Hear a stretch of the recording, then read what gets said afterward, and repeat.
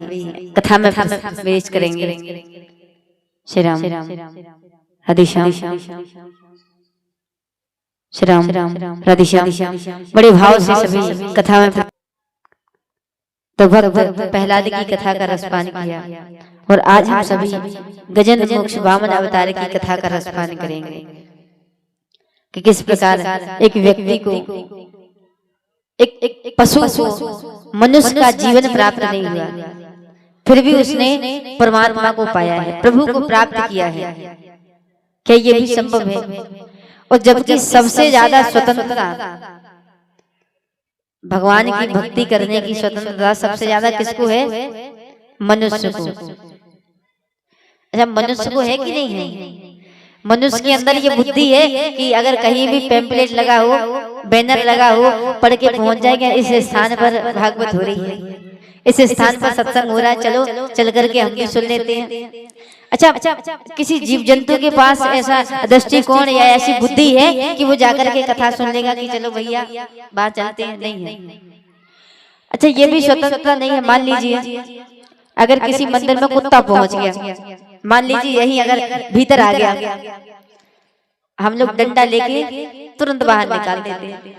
अच्छा है कि कोई मनुष्य यहाँ तक आए और उसको किसी जीव जंतु ने भगा दिया हो कि भैया नहीं, तुम नहीं आ सकते। ये स्वतंत्रता किसको है? मनुष्य को है। और मनुष्य की आयु भी निर्धारित है 100 वर्ष की। श्री राम। और इसी बीच 101 पट मुद्राएं हमारे जो देलवारा ग्राम के लाइटमैन हैं वो पुनः देते हैं। हमारे तुलसी कुशवाहा जी जो खड़े हुए हैं उनके लिए जोरदार तालियां बजा दें। दिन में भी बहुत अच्छी लाइट दी है, बोला गया था, भैया से एक बार बोला था, और अभी भी बहुत अच्छी दे रहे हैं। व्यासपीठ से बार बार साधुवाद, कोटि कोटि धन्यवाद। जय श्री राधे, जय श्री श्याम। तो ये स्वतंत्रता किसके पास है? मनुष्य के पास। और एक पशु को मनुष्य का जीवन प्राप्त नहीं हुआ, फिर भी उसने परमात्मा को पाया। ये किसके कारण? बोले इस संसार में कर्मों की खेती है, कर्म प्रधान विश्व कर राखा, जो जस करे सो तस फल जागा। कुछ कर्म हमारे ऐसे होते हैं जिनका फल मिलता है हमें तुरंत के तुरंत। कैसे मिलेगा? अच्छा, दूसरे व्यक्ति में एक आध थप्पड़ दे के देख लीजिए, आप दोगे एक, वहां से 2 लौट करके आ जाएंगे। अच्छा, ज्यादा अगर किसी को मार दिया, पुलिस वाले 2-4 दिन बाद आके आपको ले जाएंगे, फिर अच्छी कुटाई लगाएंगे। मान लीजिए और ज्यादा हो गया तो किसी कर्म का फल मिलता है हमें 1 महीने बाद, किसी का मिलता है 1 साल बाद, और कुछ कर्म हम ऐसे करते हैं जिनका फल हमें अगले जन्म में मिलता है। उनका फल अगले जन्म में मिलता है। धृतराष्ट्र, इनको फल मिला था, इनको अपने कर्म की सजा मिली थी किस अवतार में? कितने जन्म बाद? 7 पीढ़ी बाद अपने कर्म, क्योंकि इनके एक बार ये जब राजा थे उस समय इनके रसोई ने इन्हें हिरण का मांस खिला दिया था और उसने श्राप दिया था कि आपके जितने भी बालक होंगे आपके सामने ही आप पुत्रहीन हो जाओगे। और मालूम है धृतराष्ट्र की आंखों के सामने 100 के 100 कौरव मारे गए थे। कुछ कर्म हमारे ऐसे होते हैं जिनका फल हमें कई वर्ष बाद, कई जन्म बाद भोगना पड़ता है। और यहाँ एक कथा आती है गजेंद्र और ग्राह की। आसीत गिरवरो राजन इति विश्वतः, कि एक त्रिकूट पर्वत पर आसीत गिरवरो राज त्रिकूट इति विश्वतः क्षीरो देना व्रतः श्री मान्यो जना युक्त मूर्छितः। सुखदेव जी कहते राजन, त्रिकूट पर्वत पर एक गजेंद्र, एक हाथी रहता है, और हाथी भी ऐसा वैसा हाथी नहीं, इतना बलवान, इतना शक्तिशाली कि शेर जैसा पशु भी डर करके भाग जाए। अच्छा, बलवान था इसलिए कुछ हथनियों का झुंड उसके साथ में चलता था। और आज का भी संसार यही है, अगर 4 पैसा जेब में है सब राम राम करेंगे, भैया राम राम, राधे राधे, करते कि नहीं करते? मान लीजिए अगर गांव के प्रधान जी हो तो 4-5 लोग घेर करके ही बैठे रहेंगे, कहीं भी जाएंगे उनके साथ में लगे रहेंगे। अब बलवान था ये, इसलिए इसके साथ में हथनियों का झुंड चलता था। एक दिन त्रिकुट पर्वत के नीचे एक सरोवर है, ऋतुमान सरोवर, और इतना बलवान, इतना शक्तिशाली था कि अगर इसकी सुगंध भी किसी जानवर को आ जाए, किसी पशु को, तो सब डर करके भाग जाते। यत गंध मात धरियो गजेंद्र। तो ये एक सरोवर में क्रीड़ा करने के लिए ऋतुमान सरोवर में गया, और वहां इसका पैर क्रीड़ा करते करते बहुत समय बीत गया, तो एक ग्रह ने इसका पैर पकड़ दिया था। अब आप सोचोगे ये गजेंद्र ग्रह, ये पशु पक्षियों की कहानी भी, कथा भी भागवत में आती है क्या? तो यहाँ ग्रह किसको कहा गया है? हमारा काल, हमारी मृत्यु। और गजेंद्र कौन है? हम स्वयं। जब हमारी मृत्यु नजदीक आती है तो सबसे पहले हमारे पैरों को ही पकड़ती है। जैसे गजेंद्र का सबसे पहले गिराए ने पैर पकड़ा ना, ऐसे जब हमारी मृत्यु नजदीक आती है तो सबसे पहले हमारे पैरों को ही पकड़ती है। कहते हैं भगवान मृत्यु से 4 घंटियां पहले बजा देते हैं।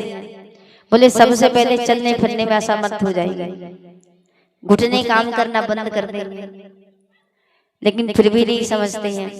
फिर भगवान कहते चल दूसरी घंटी बजा के देखते हैं, बाल सफेद हो जाएंगे, लेकिन फिर भी नहीं समझते हैं। बढ़िया ब्यूटी पार्लर जाएंगे, पहले से भी बढ़िया वाला कलर करवा लेंगे। तो 18 साल के लड़के तो लगेंगे कम, और जो 80 साल के बूढ़े बूढ़े हैं वो और तबाह से होना है पूरे गांव भर में। तो वो बालों में डाई कर लेते, कलर कर लेते हैं, समझ में ही नहीं आएगा कितने वर्ष के हो। फिर भगवान तीसरी घंटी बजाएंगे। तीसरी घंटी कौन सी? बत्ती सी बाहर आ जाएगी, दांत टूटना प्रारंभ हो जाएंगे, फिर भी नहीं समझते हैं। फिर भगवान कहते हैं अब घंटी नहीं, पूरा घंटे ही बजाना पड़ेगा। तो फिर सीधे भगवान यमराज को भेजते हैं। फिर क्या कहते, देखो कल तक तो अच्छे थे, रात में अचानक से अटैक आ गया और चले गए। कहते कि नहीं कहते? अब ये नहीं कहते कि उम्र पूरी हो गई इसलिए चले गए, नहीं, रात तक तो ठीक थे, बस अटैक आ गए अचानक से और चले गए। लेकिन ये नहीं कि सारी चीजें नकली लगवा के बैठे हो, दांत लगवा के बैठे हो, डाई करके बैठे हो, तो फिर कहां से पता चलेगा कि बूढ़े हो गए कि नहीं हुए? तो भगवान जब गजेंद्र ऋतुमान सरोवर में क्रीड़ा कर रहा था, उस समय ग्राह ने आकर के गजेंद्र का पैर पकड़ लिया, और जब पैर पकड़ा तो उसके साथ में जितना भी झुंड था उनको बुलाना प्रारंभ किया, भैया आप आकर के हमारी सहायता करो, आप आकर के हमारी मदद करो, हमें बचाओ, मैं डूब रहा हूँ। पत्नी से कहा अरे देखो मैं डूब रहा हूँ, मुझे बचाओ। बच्चों से कहा देखो आप मेरी सहायता करो, मैं डूब रहा हूँ, मेरी मदद करो। पत्नी ने कहा देखो मदद तो कर देती, अगर गजेंद्र ने आपके पैरों को छोड़ करके मेरे पैर पकड़ लिए तो मैं नहीं बचाने वाली। अब गजेंद्र ने सोचा अरे तुम्हारे लिए मैंने अपना भाई छोड़ दिया, अपना परिवार छोड़ दिया, सब कुछ तुम्हारे लिए छोड़ दिया, और कह रही है कि अगर उसने आपके पैरों को छोड़ करके मेरे पैर पकड़ लिए तो? अच्छा ऐसा तो कभी होता नहीं है कि भाई का विवाह ना हुआ हो और वो अपने भाई से अलग हो गया हो, ऐसा कोई है? नहीं है। और जैसे घूंघट माता घर में आती है, पर एक भाई अलग रहेगा, दूसरा भाई अलग रहेगा। विवाह से पहले भाई भाई अलग नहीं होते हैं। पता नहीं ये लोग जादू भी क्या करते हैं। एक थाली में खाने वाले, एक साथ पले बड़े,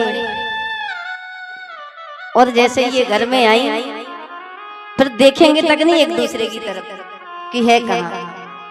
कहा देखो मैंने तुम्हारे लिए सबको छोड़ दिया, परिवार छोड़ दिया, रिश्तेदार छोड़ दिए, तुम तो आकर के मेरी सहायता करो। बोले नहीं, बच्चों को बुलाए, अरे देखो तुम्हारे लिए मैंने क्या कुछ नहीं किया, अरे तुम्हारे लिए सपने छोड़ दिए, अपना देह त्याग दिया। जैसे बालक बालिकाओं का जन्म होता है ना, माता पिता अपना सारा सुख छोड़ देते हैं, बच्चों को प्रदान करने में लग जाते हैं। कहा तुम मेरी मदद करो। बच्चों ने भी कह दिया पिताजी चिंता करने की कोई आवश्यकता नहीं है, आपके जाने के बाद आपकी संपत्ति का खूब ध्यान रखेंगे, तिजोरी में कभी कमी नहीं आएगी। गजन ने कहा रे अभी मैं जिंदा हूँ, काय को मरने की आशा लगाए हुए। सबको बुला करके देख लिया, लेकिन कोई सहायता के लिए नहीं आया। ये जायदाद दी है,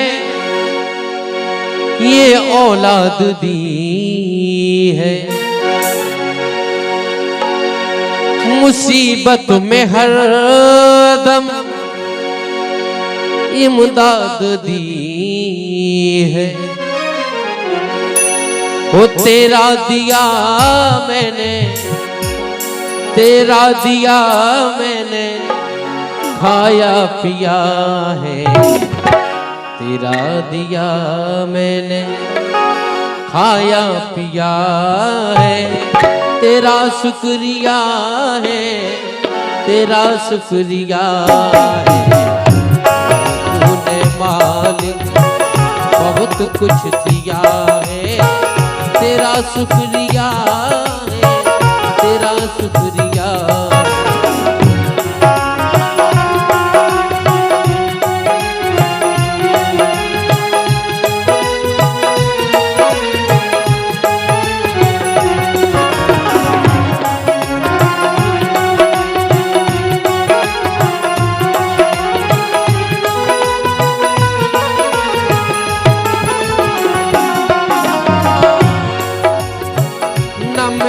न गलती हुई दात तेरी,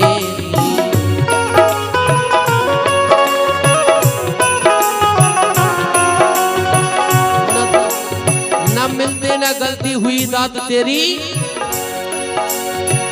तो क्या थी जमाने में औकात मेरी।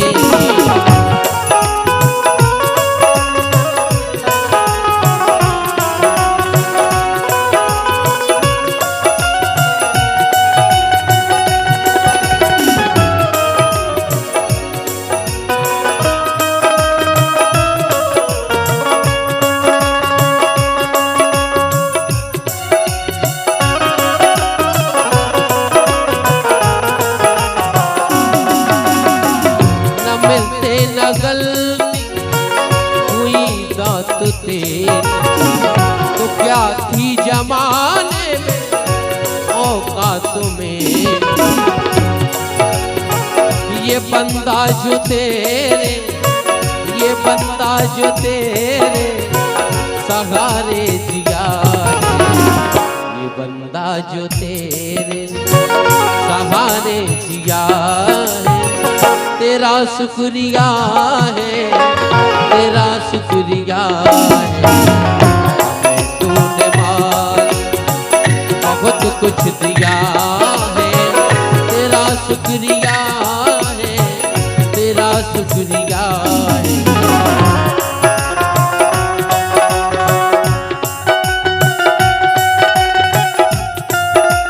तालियों की सेवा करते हो बड़े भाव से।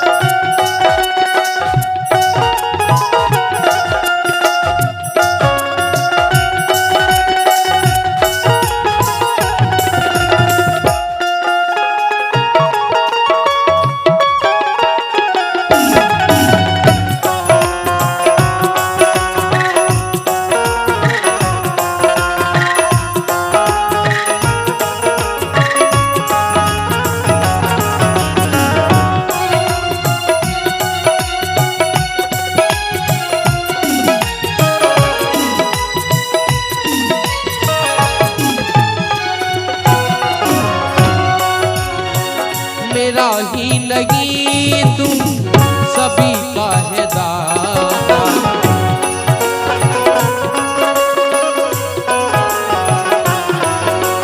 मेरा ही नहीं तू सभी का है दाता,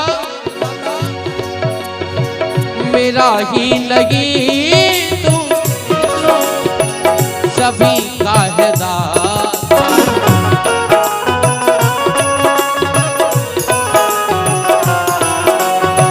वो सबको सभी को ही तू ही मिलाता।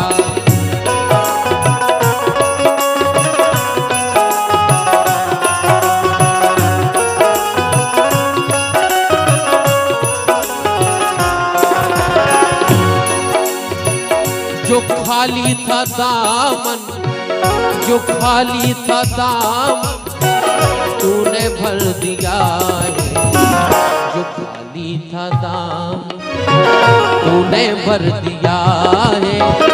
तेरा शुक्रिया है, तेरा शुक्रिया है।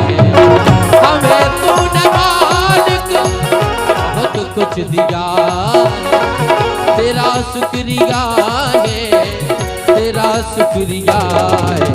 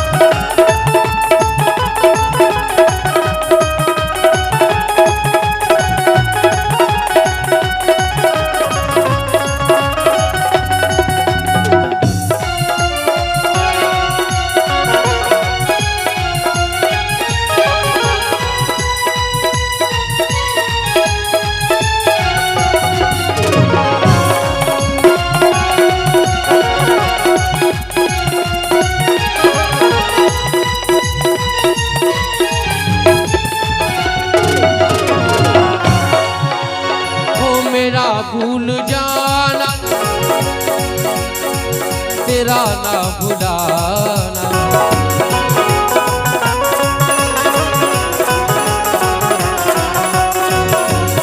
ऐसी कामना करना है भगवान से कि मेरा भूल जाना या मैं भूल जाऊं पर आप मुझे ना भुला देना। क्यों?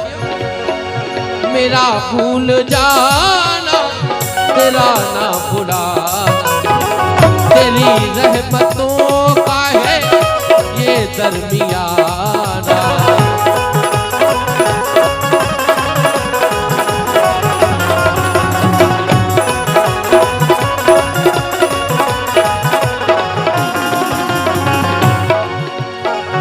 तेरी इस मोहब्बत ने, तेरी इस मोहब्बत ने पागल किया है।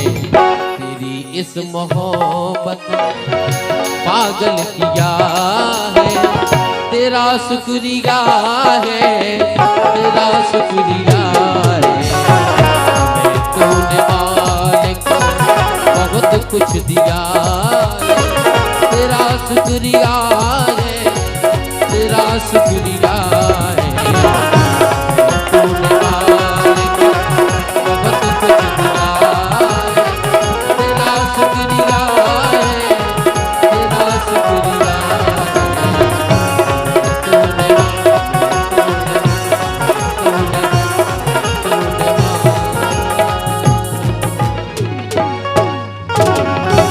बोली भक्तवत्सल भगवान की जय हो। श्रीमद् भागवत महापुराण की जय हो।